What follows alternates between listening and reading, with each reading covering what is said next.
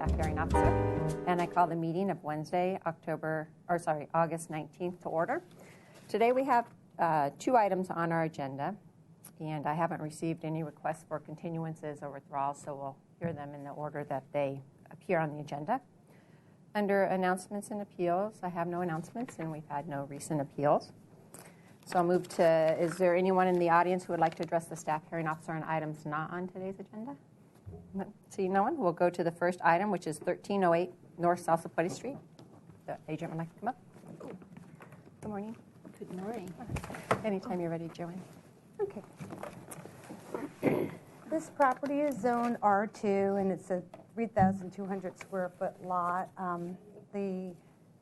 This is the existing site plan for the property, and this is the proposed. So the existing development on site consists of an 818 square foot single family residence and a detached garage with workshop area. The proposed project includes demolition of the existing garage and workshop area, a construction of a new so this is the proposed site plan. So they would demolish that and construct a new 233 square foot one-car garage and 188 square foot addition to the residence. Also proposed are new fence, gates, and retaining walls and window alterations and a new driveway. This property is a contributing historic resource to the potential Bungalow Haven district and in the Lower Riviera Special Design District. The requests before you today are for an open yard mod of the location in order to reduce the size of the required open yard, which was here and proposed to be here, and an interior setback mod to allow window alterations and an increased roof plate height and the required 6-foot interior setback over here. The existing dwelling is non-conforming to the interior setback as it's located approximately 1 foot from the interior property line at its closest point instead of the 6 feet required. The request is to allow a new larger window to replace a smaller window in the setback. The proposal also includes raising the roof plate height of the rearmost 4 feet of the dwelling. It's going to go from 6 feet 10 inches to 8 feet in order to convert the existing utility room to kitchen space. Staff is supportive of this request because the increased plate roof height and new window are not anticipated to adversely impact the adjacent neighbor because it faces the neighbor's driveway.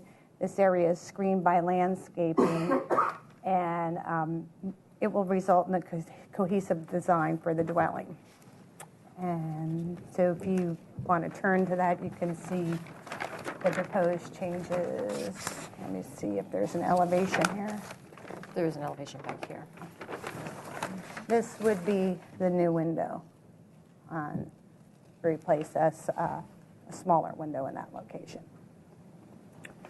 So the second request is for the open yard mod, and that's for to reduce the size of the required open yard. The property is currently non-conforming to open yard. The zoning ordinance requires 1,250 square feet of open yard area that may be provided in multiple areas with minimum dimensions of 20 feet by 20 feet.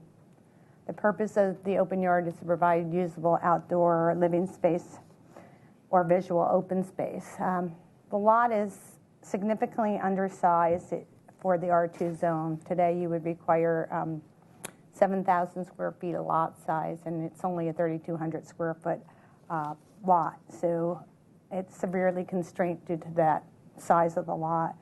The current and proposed open yards will not conform to the requirements because none of the open yard will meet the required minimum dimensions. The size of the existing main open yard area over here is approximately 530 square feet with a minimum dimension of 13.5 feet. The proposed open yard, which would reduce it slightly, is approximately 413 square feet with minimum dimensions of 17 feet 10 inches. So that is the proposal.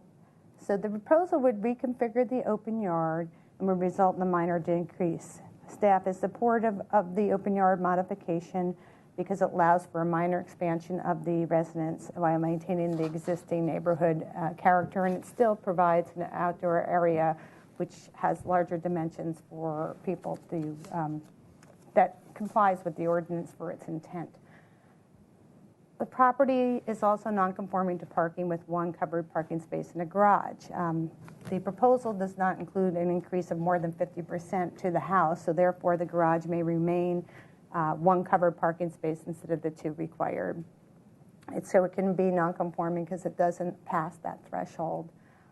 The existing garage is located in the setbacks and is attached to other garages, so the proposal will relocate the garage outside of the required setbacks. The new garage meets the required setback, which is a 3-foot setback from the interior property line. But due to the attachment of the garage over here to other neighbors' garages, staff has included conditions to address any construction issues that may be resulted as to the walls of these garages, so that they'd be restored and they would look appropriate. The project was reviewed by the Historic Landmarks Commission and was forwarded to the staff hearing officer with positive comments. Environmental review was completed for the project, which included a historic structures report and an addendum to the report that concluded the proposed would not have any significant impacts. That report was accepted by the Historic Landmarks Commission, and the addendum to the report was accepted by the city historian. The proposal is also in some archaeological sensitive areas, or a phase 1 archaeological report was required for the project, which required monitoring to be conducted on the site, and therefore a condition has been included to that effect. So that would require the applicant to reproduce those conditions and have that monitor on site. The other thing that I would need to tell you is there are some minor conditions that Public Works has added, a parking design waiver of the garage doors, because the garage doors are 8 feet and it's usually 8.5 feet, and they could support that waiver. Staff would like the proposal approved and supported subject to the findings and conditions outlined in the staff report. Staff has received 3 correspondence from individuals that were all forwarded to the staff hearing officer. And that concludes staff's presentation. Okay. I would like to just clarify one thing regarding the setback, because we did receive a public comment letter questioning why the garage was at 3 feet versus the 6 feet they were required. And the reasoning is that garages are allowed to be located 3 feet from the interior property line, whereas the building, the residence, is required to be 6 feet. So I just wanted to clarify that as part of it. I know you did talk about it being set back 3 feet, but why?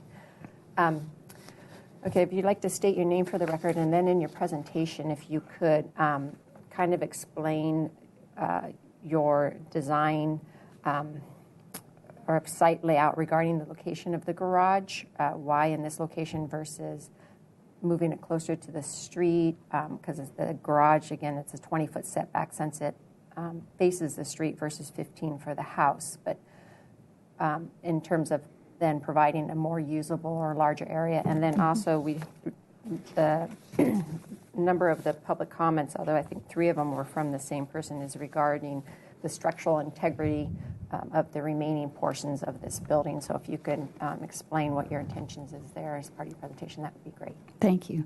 My name is Suzette Naylor of Thompson Naylor Architects. And yes, there are a number of reasons why the garage is relocated where it is. This is in terrible shape, and if it were in better shape, we probably would have left it. But it's pretty ramshackle. It's standing, but barely. Secondly, and I know you visited the site, this area is very constrained, and although this is less open yard than is required, it provides a more functional, accessible space for whoever lives in here. It's a substandard lot, it's a very small house, but it's very livable, and this creates a much nicer usable spot for that, and it creates sort of a courtyard effect here with the walls around it. The reason we didn't push this building even further forward is out of respect for the Bungalow Haven District. Yes, most of the garages are further back in non-conforming areas. We can't do that. anymore. This is a non-conforming spot, and if we moved it forward, it would appear out of touch, out of context, not at all historically minded in terms of its relationship to the building. It has to be back of the building in order for it to have any relationship to the building in a correct way.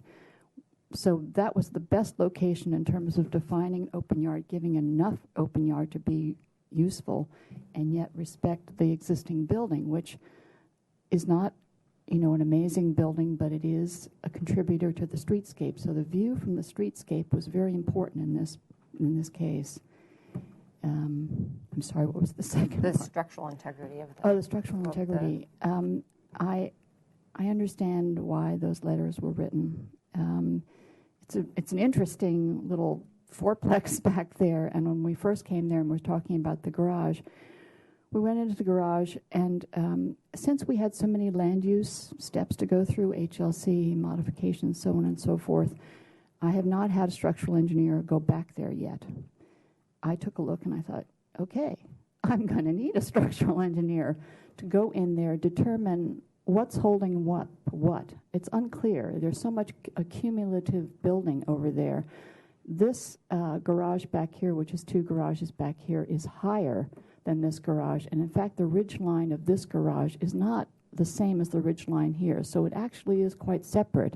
It shares a property line here, and I don't know where the foundations are. There's no subsurface investigation. There's no clarity yet as to whether they're shared walls or if they're 2 separate walls together. Hopefully they're 2 separate walls. But if they're not, our intention has always been to, A, contact the neighbors, because we need to in order to get on their property to take a look at what's going there. I can't go on there now.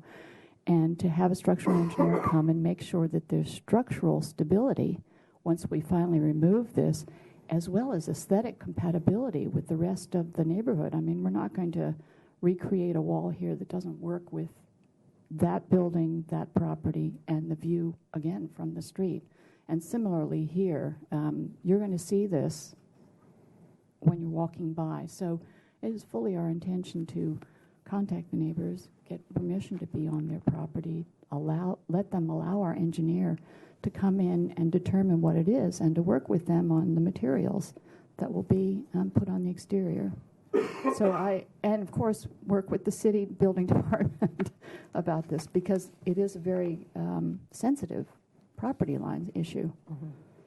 Well, I've had other projects that have had buildings that span the property line, and one was actually a duplex on a Cliff Drive, or maybe it was Shoreline in that area, and it was a corner lot, and the structure did. So the building department did require a lot of information regarding the structural integrity of what that applicant was leaving to make sure it was still safe. So that would be the same in this instance too, making sure that the wall that's replaced, if there needs to be a replaced wall, that it is structurally sound to be able to support the building. Okay. Was that the comments? Yes, thank you. And the report was very complete, and so I have nothing to add. Okay. I did ask the city's urban historian to be here today because I know the Bungalow Haven district is a really important neighborhood. It's a really active neighborhood. Mm-hmm.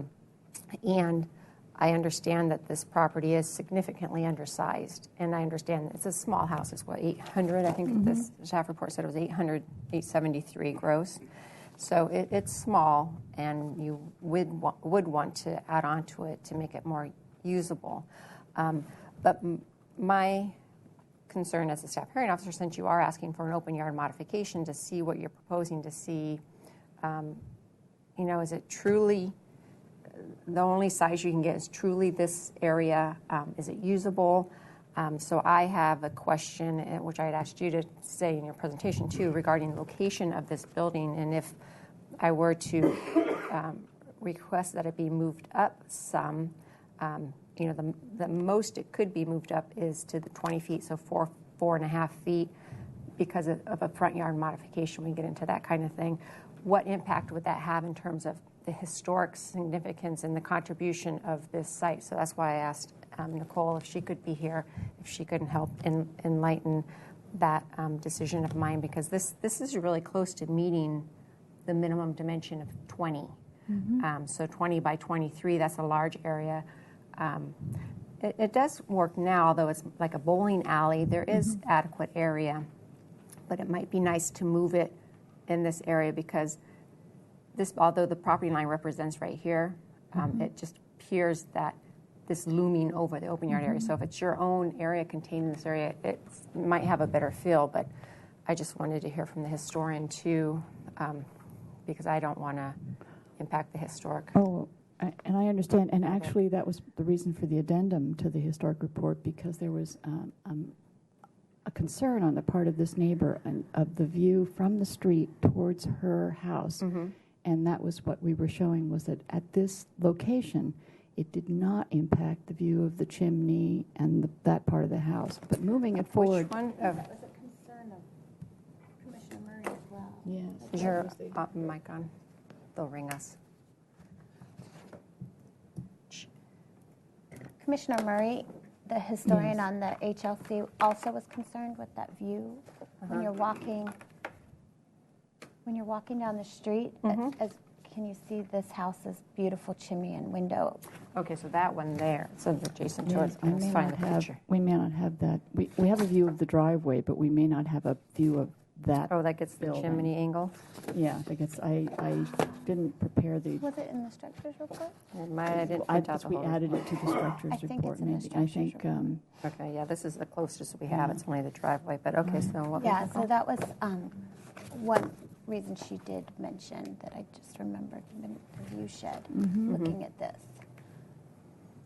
Because this front part of the buildings that really create this interesting Setting. setting when you walk as a pedestrian down the street. You get this feel of these, authentic chimneys and windows. So she was so that is one of the concerns of not moving it too far forward to block that. And we wouldn't have an idea of how far that was, huh? They'd have to study it, I think, and that the commission might not approve that. I don't know how much. I'm supportive of your request. I The think window in change. the structures report it does show a footprint of the neighbor's house as well. I only printed out the two subjects. Oh, okay. Since I was only concerned with the garage location and how it impacted the streetscape and all that, I printed that. And I do remember that discussion in the structures report regarding the view shed. There's also the view shed to this, as Nicole was saying, is absolutely correct. The existing porch and this view is unobstructed, and this, we're deliberately leaving that window unchanged, even though I need an exit window, because, and so by moving this forward, we would then obstruct that view as well. So we tried to keep as much of the front visible from the street as we could, as well as, balancing the open yard thing. It was really kind of, What would you be supportive of a condition that I request that you study moving the garage forward to the street to increase the amount of open yard area in the rear, and subject to review and approval by the HLC? Because then they can look at it and see if you can move it up and not cause. I'm telling you to study it. I'm not requiring it to be moved up, but just that I would like it to be moved up as much as possible, just to create a more open area. Because this is dead space. Many times when I review an open yard modification, there's other areas that technically don't meet the requirement, but you can use it. I mean, this is area, but it's for the garage, so you couldn't really use it. So my idea and intention is to try to get it up as much as possible without impacting the historic nature or setting, but providing additional area in the back. The other thing, and of course this would be part of the study, but I wanted to mention was Joanne mentioned that we have a retaining wall, and there are slight retaining here and here, but where the retaining wall is actually across here. And by moving this further, I may be affecting the height of that retaining wall, because you'd like this to be level, the open yard, which it is now, and the number of steps would be more, and so on. So that's something you. It is on. can't talk to him right now. So the other question, well, that actually brings up a question that you have, or that I have related to that landing. Oh, never mind. I answered it. Oh, okay. Never mind. Yeah. Okay. Well, Do you take phone calls? and that would be, hearings? Okay. no, I'm that like, would I've be, I don't see that that would be insurmountable. No. Issue. It's just sort of more, yeah. Yeah, my area, I'd want this to be pushed up, irrespective of the retaining wall issue. My concern is if it's not pushed up, the reason would be that it can't because of historical reasons. So, and let me just, because I'm running through the scenario in my mind, when we study it, that would require me going back to HLC. You have to getting go back another review. anyways. You do have to go back. But I would be asked, but I should go back as an interim thing because I wouldn't want to develop this. Go ahead, John. I just wanted to make a point because I had written some notes and it said the revisions or the addendum to the structures report stated the significance of the existing garages is more closely related to its overall scale and massing and relationship with the adjoining houses. And the streetscape rather than the construction materials of the building. Therefore, the replacement of the garage with a new detached garage would maintain the scale of the existing garage and its overall spatial relationship with the adjoining house and streetscapes. And that's why it met the standards for the structures report. So I think that if she does go back, the other thing that might need to happen is the addendum to the report would have to be reevaluated to address the spatial relationship if it was moved forward further than the proposal. Well, I think that, well, I don't think, I'll ask Nicole. Is it something you'd be comfortable with working with the applicant, or do you feel that if it was moved forward, it would need an interim step before the HLC? Because I agree, I understand your concern. You don't want to put a whole lot of effort and money and spend the applicant's time doing this, and then the HLC squashes it. Right. I think we can work together without going to the HLC. We can look at the study together and we can say this works or doesn't work. I think we can, and I'm also concerned about the adjacent neighbor and her perception of not really considering her. It's not just HLC and its consideration of the neighborhood. It's also her feeling of this building, I don't know how to express it, blocking, taking up her view shed, her perception of. Well, I looked at that neighborhood, and there's a lot of landscaping in that area that she views too. What I look at, and I do take neighbors' concerns in account in terms of my decision, but I look at the overall neighborhood, and so, and then the specifics of the site. So, with me, if this was not a historic structure and historic wasn't a consideration, I would condition it that it be moved up to 20 feet. It would just be a condition because to make this more usable and closer to the standard, because there's no, taking the historic part of it, there's no constraint that would not allow it to be set back at the 20 feet to provide more area to get closer to the standard. So I'm taking the historic part into consideration because I know this is a really important neighborhood, and a lot of studies gone into it and stuff. So I don't want to require that and cause impacts to historic resources. So that's where I'm coming from in terms of that condition that you study with it. And I'm fine with you studying it and working with Nicole. She is the city's urban historian, and so if she feels that it doesn't work, and it needs to be this way. But if she feels it could be moved up, even 2 feet. That's what I think you're looking for is the closer to the 20. Yeah, as close to the 20 as possible. And I realize 20 might not be appropriate in this situation. I understand that, and I'm fine with that. But just the fact that if the historic part of it wasn't in it, I would say you need to move it up 20 feet just to provide the more area closer to our standard. Right. And I'm happy to work with Nicole. And I know, Nicole, you'll speak to the commissioners about it and their so concerns. I'm fine. And so that input will be there. And And I don't mean to make an extra step at the HLC. You know, we are lucky that we have Nicole and her experience and everything, that she can work with people and doesn't have to involve the HLC all the time. And I think we're going there, but I know in talking to Post Hazeltine through this, we really were concerned About you know, moving it about too the far location, forward. about this, and they kept saying, how far from the street are you doing? I said, I'm going as far. I said, I have to have a reasonable part here. I said, I'm going as far back as I can. We want Yeah. as subservient as possible to be Do traditional. you think we need to, is Post Hazeltine out of the picture in terms of consulting with them? Or You got- you Why guys- don't you and we can look at it together. Okay.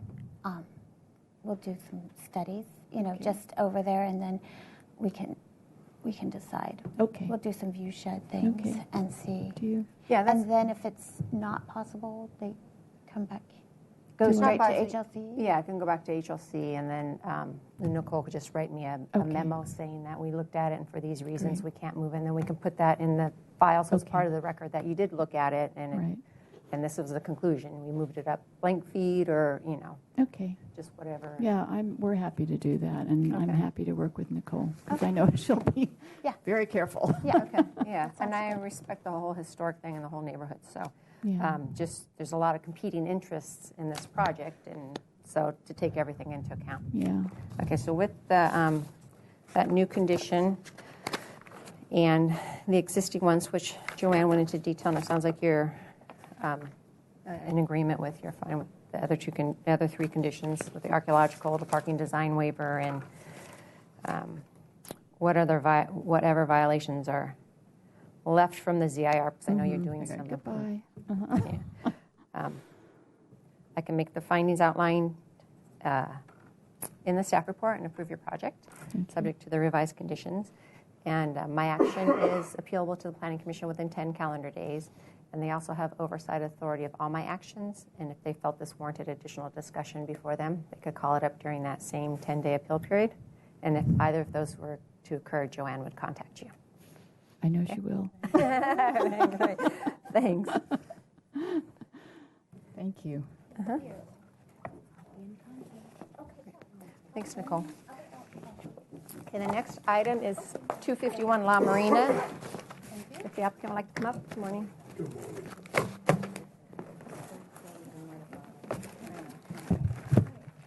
Should I call you guys during the meeting? Fine house, Peter. In attendees, the existing and proposed.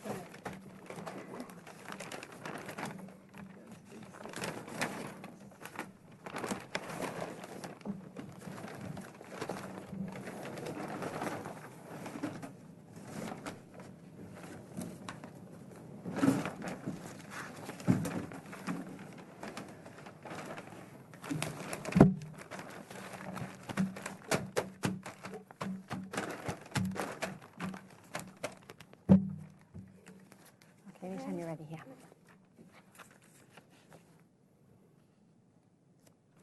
This property is zoned E3, SD3, and it's a 6,000 square foot lot. Current development on site includes 800 square foot single family dwelling and an attached 2-car garage. Well, it's a 1-car garage. It's 250 square foot 1-car garage, and which is entered through this way and comes through the side. And the proposed project includes a 657 square foot first floor addition. Maybe we could now go to the second, where the proposed is. The proposed project includes a 657 square foot 1-story addition, a 650 square foot 2nd-story addition, removal of the existing driveway, a new driveway, a curb cut and associated grading, demolition of 100 square foot of the garage, and construction of an addition to the garage of 298 square feet that will result in a total garage size of 448 square feet for a 2-car garage. The property is located in the non-appealable jurisdiction of the coastal zone. The request before you today is for an interior setback mod to allow an addition in the interior setback with a new window. to be located in the interior setback instead of the 6 feet required. The existing garage, which they're proposing to demo a portion, was located in the required front setback. The front setback is 20 feet. It was located approximately 14 and a half feet from the front setback instead of the required 20 feet. It is actually still located there.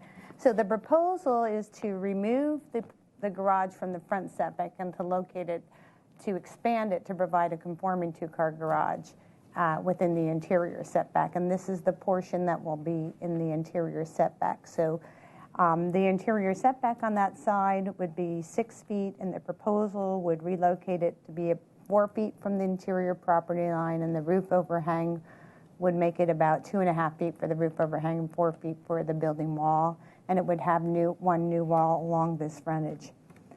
Staff, so the request is to allow the addition with the interior setback with a new window. Staff is in support of the request because the addition to the garage with one new window will result in a new conforming two-car garage.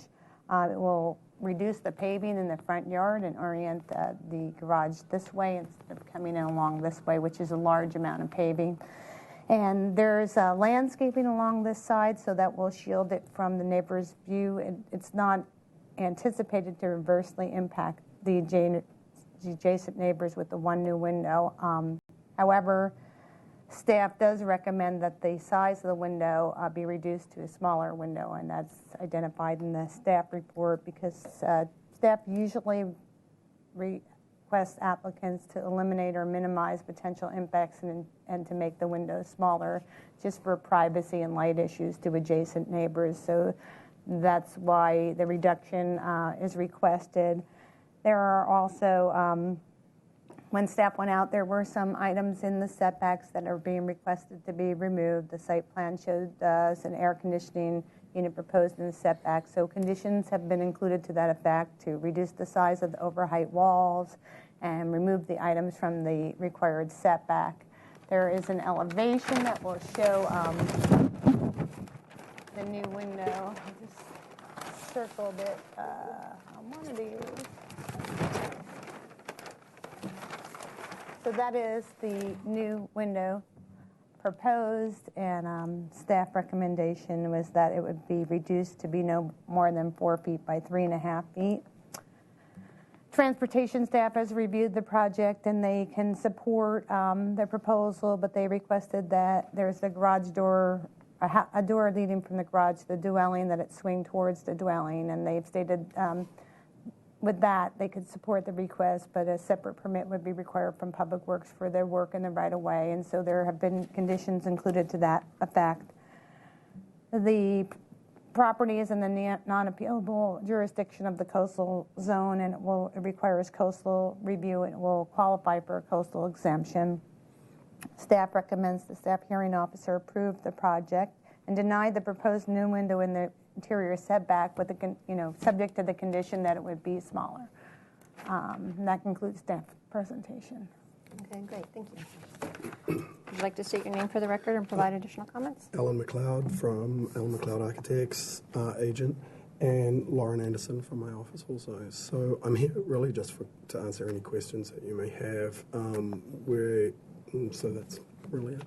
Okay, I would like you to describe for me the necessity of the interior setback modification, because right now the property's conforming to it, and the majority of the properties in the neighborhood conforms to the 6-foot setback, and you are pretty much demolishing the whole house. Yeah, we're saving this portion of the house actually. Well, you can't be. You're doing the outside walls. Yeah, we're doing outside. Just the outside. And the interior bathroom, some of the plumbing. We've studied multiple locations for the garage. Actually, we've studied it at the rear, which eliminates any chance of achieving the open yard area. So we've also studied putting it in this location where the existing curb cut is. And that effectively, with trying to get the existing non-conforming garage, it effectively knocks the entire house down. So we're trying to, the idea behind the design was to really keep as much of the home as possible. There's the whole front elevation is already being renovated. We did a renovation on that 3 years ago, and we're actually keeping this whole front facade of the house. Well, this is the existing garage right here. Yes, so we're keeping this So portion. why can't the garage be 2 feet over here instead of in the setback? Because we're trying the entry that affects the whole entry door and the location of the entry, and that's all set up on the existing. This is all the whole entry of the existing home was set up on the remodel that's already been done. But you're changing the location, you're moving the door over some. The door here is Yeah. now here, so you're moving the door over. We're actually just centering the door up, but the entry itself is actually staying exactly where it is. So the whole idea was to keep as much of the work that had been done previously as is. And we've also studied different locations and worked with the Single Family Design Board. The stair doesn't actually fit anywhere else in the house with Well, what this if portion you of this. removed the closet and flipped it the other way and had it come in? You know, there's a The lot stair, no, a stair is a stair. It's located. It's if we push this, the whole build. We studied keeping it, and what effectively it does is it drives a stair here, and you have a 3-foot entry to the house. To Well, the home. I just have big concerns that it's a conforming setback, and now there's not. Many times when people ask for the interior setback modification is to extend an existing non-conforming wall. This is a whole new encroachment into an area that the development around there, the majority of it is set back at least 6 feet from the property line. It wasn't rezoned. It's all the standard things. So Yes. when you look at your demo plan, yeah, you're keeping some exterior walls, but the majority of the house is gone. You know, you look at here's all these walls are going. But what we are doing is eliminating the existing non-conforming single-car garage to get it into a conforming condition. Well, you're removing the non-conforming setback part, which is consistent with the neighborhood, but you are required to bring it up to 2 covered parking spaces because you're adding more than 50% of your house. And actually, your FAR was at 100%, and now it's at 97. So it's a large new house on this lot. And to ask for a new encroachment on this new house where basically the whole thing's being demolished, I can't support it. I can't. I don't see a reasoning other than you want to keep improvements that were done before. Yes. That you can redesign it. You're doing a whole new house. It can be redesigned and to respect the setbacks. I can't. When you look at the one that has the dashed line here, I mean, this is all garage area. And the interior ones where you look at the lines that are, the washer and dryer is right here. Existing wall that we're That keeping. now you're yeah. incorporating, so here's this wall. Yes.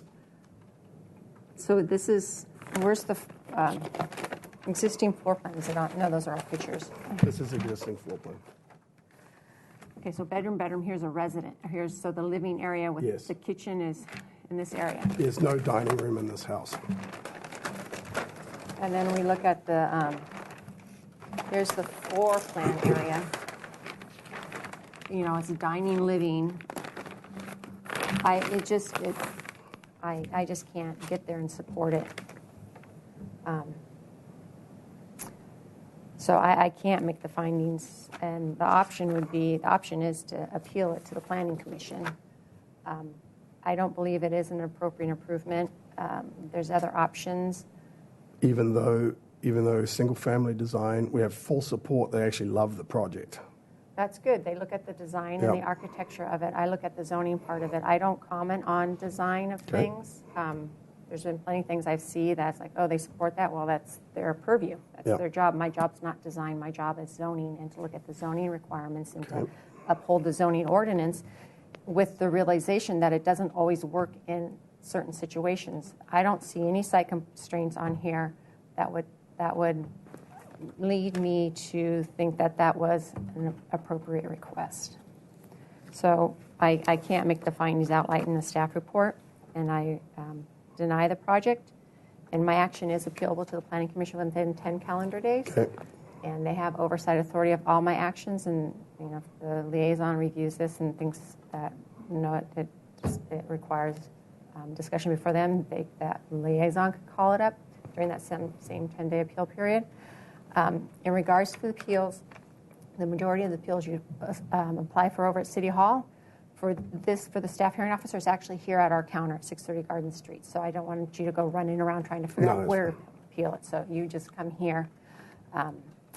And if someone other than yourself appeals it, Joanne would contact you, or if this liaison decides to call it up, she would contact you also. Okay. So I deny the project. And I apologize. And there's 7 people before the Planning Commission, so they Yep. you can talk to the property owner and see what they want to do. Can do. Okay. All right. I adjourn the meeting.